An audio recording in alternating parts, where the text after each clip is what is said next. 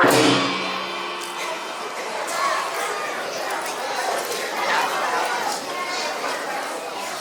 mấy đứa, đừng nhảy múa nữa, còn ít thôi.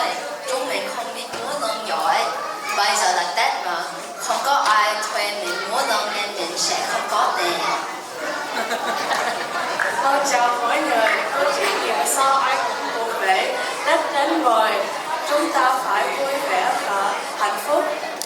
Tết rồi mà không có ai thuê mình múa lân. Đội múa lân của em nhỏ quá không biết múa vì không có ai dạy. Em được một nữa. Đội lân của chị sẽ kể cho các em.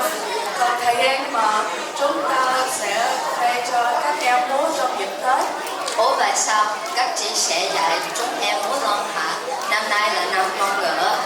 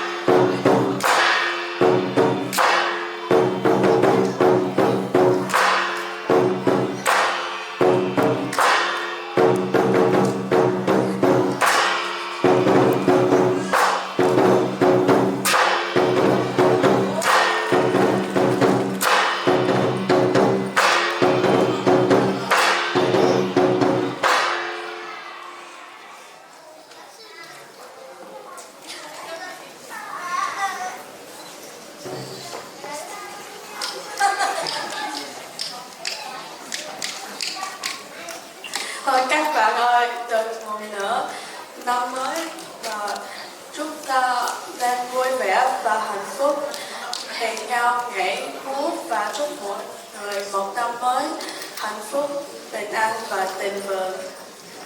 Chúc mừng năm mới!